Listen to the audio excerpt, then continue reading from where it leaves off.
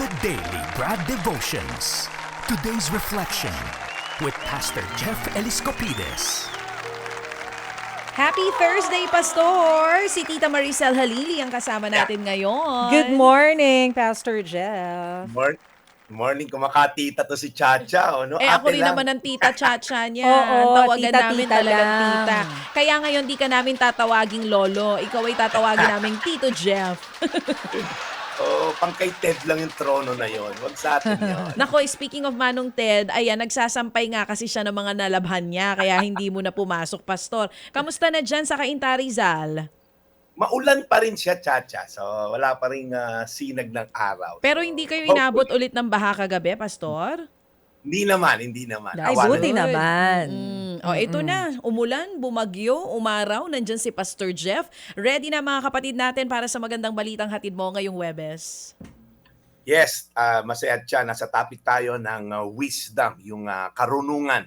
At tayo nga po ay nasa tema na to upang lalo tayong mag-gain ng wisdom sa buhay. May tanong lang ako, sino sa inyo po yung napahamak dahil nangibabaw yung emosyon? Ayan.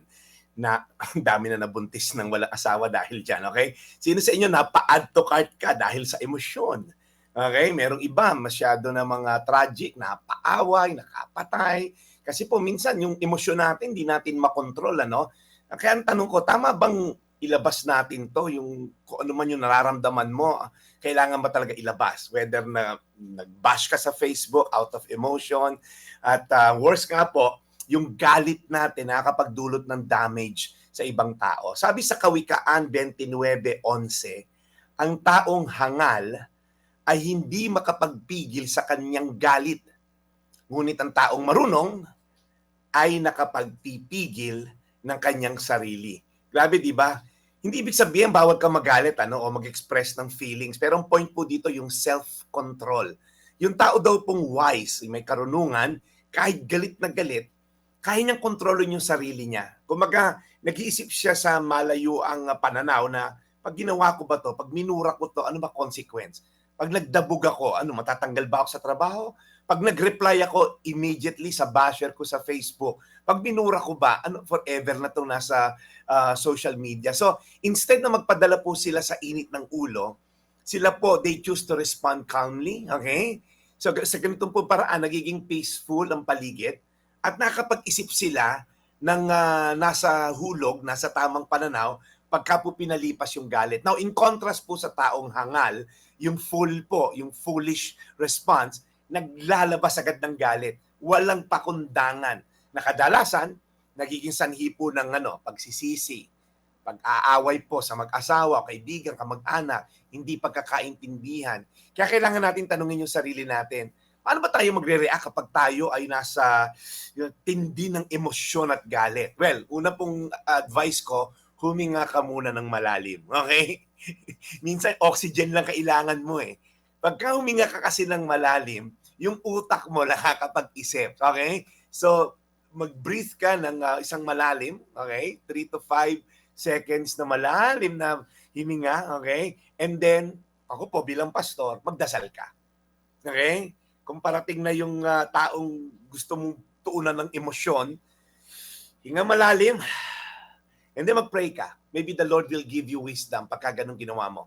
Hilingin mo sa Diyos na, Lord, pagka nag-react ako dito, maaaring pagsisihan ko. Pag binitawan ko na yung words, hindi ko na siya mababawi. Okay? Tandaan po natin, sa bawat pagkakataon, it's always a choice. Magiging kalmado ka ba? O ipapalabas mo agad yung iyong emosyon na madalas nagdudulot ng pagsisisi. As I end, Kawikaan 29:11, ulitin ko po, ang taong hangal ay hindi makapagpigil sa kanyang galit. Ngunit ang taong marunong ay nakakapagpigil ng kanyang sarili. Tayo manalangin, Panginoon, salamat po sa reminder. This goes to all of us. Lahat po kami may tendency na padala sa emosyon. Konting post lang, ika-cancel na namin. Hindi pa namin alam yung overall context, basta na lang kami magre-react sa isang tweet o isang post ng isang tao. Lord, alamin muna namin yung konteksto bago kami mag-respond. Kasi opinion lang naman yung sa amin. So Lord, tanggalin niyo po yung madali kaming mag-judge ng tao, madali kaming mapadala sa emosyon, madali kaming magalit, Lord God, na nagdudulot ng matinding epekto sa mga taong nakagalitan namin, nakaaway namin. Salamat, Lord, sa wisdom na ibibigay mo sa amin to control our emotion. In Jesus' name, Amen.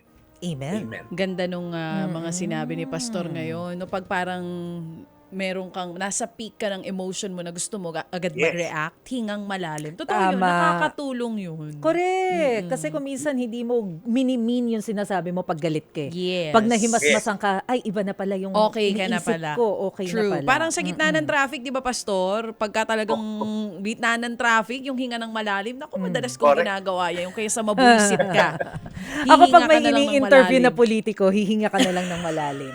Tapos pag exhale mo, okay na ako. Saktong-sakto Yan. naman pala para sa Talaga ating si lahat Ate ito. Macet. Oo, dyan natin madalas nagagamit yung mga hingang malalim na yan. Na, Kasi Lord, may isip ikaw nang mo- bahala dito. Parang gano'n. Maisip mo minsan, wala ka rin namang control sa sitwasyon. Kung Oo. magalit ka, hindi naman maayos yung sitwasyon. So, wag ka na lang munang wag magwala. Lalo na sa panahon ngayon na lahat nabi-video. Naku po, Yeah. mag-ingat tayo. Oo, maganda. Maraming salamat, Pastor Jeff. Tomorrow, Friday na, at nandito ka pa rin. Naabagan namin bukas ang magandang balitang hatid mo dito sa The Daily Brad. Maraming salamat, Pastor Jeff. Yes, magkita-kita po tayo bukas. Si Ate Mase, nakikita ko lang pakapi-kapi sa labas. So, bukas po Oo. alas 4, nandyan tayo sa sagot kita kay kapatid na Cheryl Cousins. So, Yun I have to naman. go now. Yes. Okay. Ito po yung Daily Brad, your daily dose of inspiration. God bless po. Thank you so much, Pastor Jeff Eliscopides, for The Daily Brad. Ted Filon at DJ Chacha. Ngayon, nasa Radyo 5, 92.3 News FM. Monday to Friday, 6 to 10 a.m.